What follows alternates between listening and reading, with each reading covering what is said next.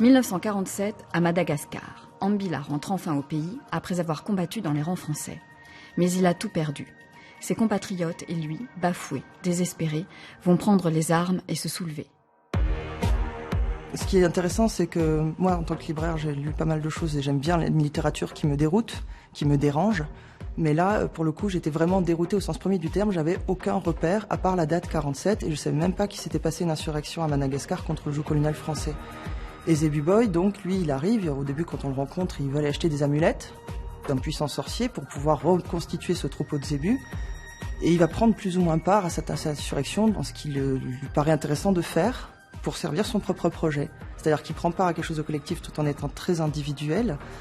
Et ça nous ressemble vraiment, je pense, dans nos sociétés contemporaines, de rester très individuel en essayant quand même de prendre part à quelque chose de collectif parce que ça fait sens pour nous. Et ce que je trouve aussi qui est intéressant à emmener, c'est que du coup, on accepte d'être perdu parce qu'on s'y attache très vite. On peut pas dire qu'il soit sympathique, mais il éveille quelque chose en nous qu'on a envie de suivre.